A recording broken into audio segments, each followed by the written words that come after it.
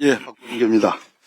차관님, 예, 비상계엄을 막지 못한 책임을 지겠다라는 얘기는 거꾸로 대통령의 비상계엄이 위헌이다, 위법하다라는 그런 판단에 동의합니까?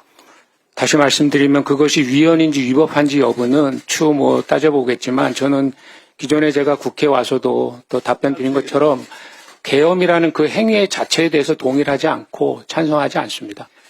박한수 6시간짜리 계엄사령관. 네. 제가 아까 포고령을 낼 때 과거 사례를 참조했느냐 물은 이유는 우리 대법원 판례에 2018년 12월 13일 선고 2016도 1397 판결이 있습니다. 그 판결은 말 그대로 유신 비상계엄 체제에 대한 위헌 무효를 선언한 판결이에요. 알고 계세요? 예, 정확하게 모르지만 그런 건 들은 것 같습니다. 정확하게 모르고 어떻게 포고령을 발의했어요? 그래서 문제가 있다는 겁니다. 하나하나 따져볼까요? 헌법 77조 3항에 보면 비상계엄에 대해서 정부와 법원의 권한에 대해서 특별한 조치를 취할 수 있다 이렇게 되어 있습니다. 날 봐요. 정부와 법원의 권한, 국회의 권한에 대해서는 아무런 조치를 취할 수 없어요. 헌법의 규정입니다. 그런데 이번에 비상계엄에 따른 포고령 1호에 제일 먼저 나오는 게 국회, 일체의 정치활동을 금한다.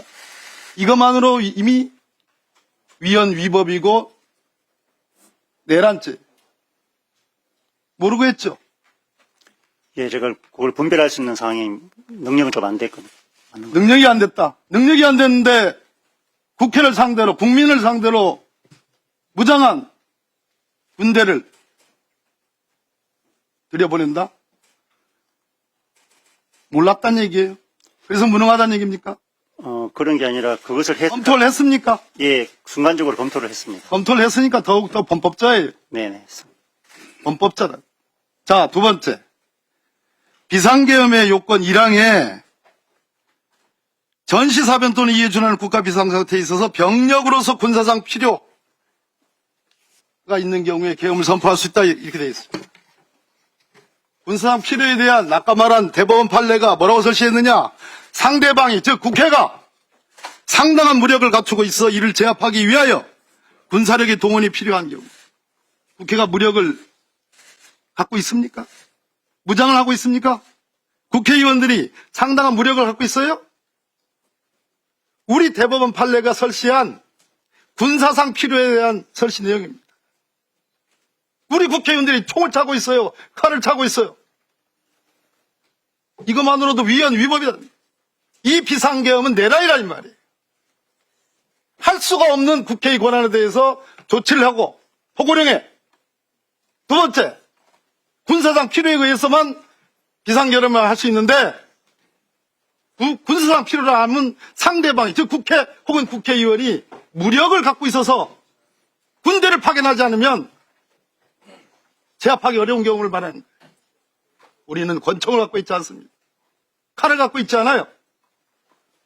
세 번째, 우리 박한수 6시간짜리 계엄사령관이 얘기한 포고령 6호에 포고령 말미에 계엄법 구조에 의하여 영장 없이 체포구금 압수수색할 수 있다. 그렇지 이런 경우 계엄법 14조에 의하여 처단한다. 소위 영장주의 예외를 넣었죠? 예, 들어가 있습니다. 이 말이 무슨 말인지 알아요? 법관이 발부한 영장에 의하지 않고서도 참 당신이란 표현하기가 좀 그렇지만 6시간짜리 계엄사령관이 마음대로 영장 없이 체포구금 압수수색할 수 있다는 얘기예요. 이런 경우에도 과거에 유신계엄 때 대법원은 뭐라고 그랬냐? 그런 경우에도 법관에 의한 사후조치, 사후통제수단을 마련해야 된다. 이렇게 얘기했습니다. 없어요. 이 포고령 1호에 아무것도 없어요.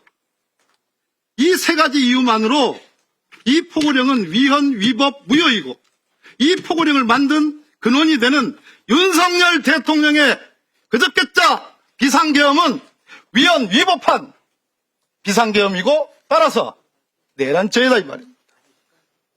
국헌을 문란할 목적으로 활동한 내란이라 이 말이에요. 어떻게 생각하십니까? 예, 국헌을 문란할 그런 의도는 전혀 아니었던 걸로 저는 느껴집니다. 본인이 어떻게 생각하느냐 이 말이에요. 예, 저는 국헌을 물러나고자 하는 그런 행위는 생각도 하지 않습니다. 내가 지금 세 가지 설명했잖아요. 그것이 북한을 물러난다 이 말이에요. 네. 박선원 의원님 드리고요. 한기호